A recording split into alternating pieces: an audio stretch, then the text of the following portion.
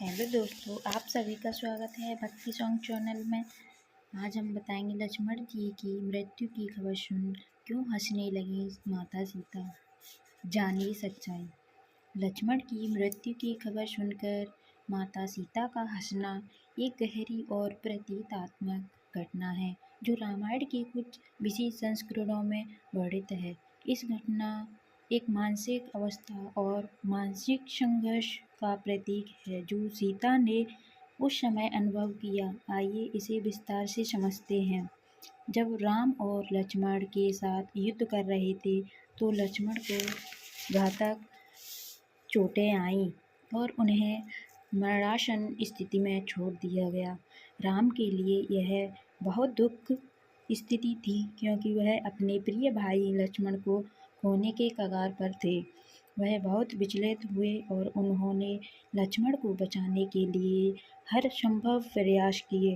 फिर एक स्थिति में एक राक्षसी वैद्य ने यह कहा कि लक्ष्मण को बचाने के लिए उन्हें संजीवनी बूटी की आवश्यकता होगी। राम ने इस बूटी को लाने के लिए संजीवनी पर्वत की ओर प्रस्थान किया। इसी दौरान जब सीता जी को लक्ष्मण की मृत्यु की खबर मिली तो उन्होंने हंसना शुरू कर दिया। यह दृश्य एकदम चौंकाने वाला था क्योंकि सामान्यतः किसी प्रिय के निधन पर शोक व्यक्त किया जाता है, लेकिन सीता जी का हंसना यह एक जटिल मानसिक और भावनात्मक स्थिति का संकेत था।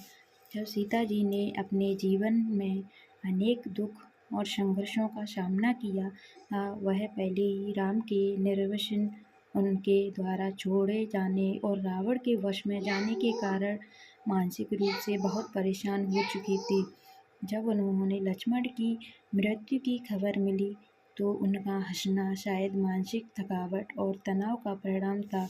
यह हंसी एक प्रकार की आम रक्षा की प्रक्रिया हो सकती थी जिसमें वह दुख और आघात को सहन करने के बजाय अवचेतन रूप से हंस रही थीं।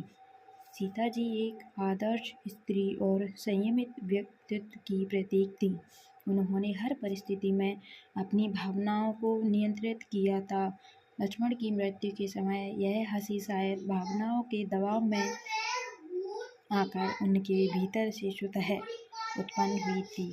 यह संभव था कि वह चाहती थी कि दूसरों को अपने दुख का आभास न हो, इसलिए वह हंस रही थी। यह एक प्रकार की छिपी हुई प्रतिक्रिया हो सकती थी जिसमें वह अपने भीतर की पीड़ा और दुख को छुपा रही थी। वीडियो अच्छी लगी तो लाइक, शेयर, सब्सक्राइब करें।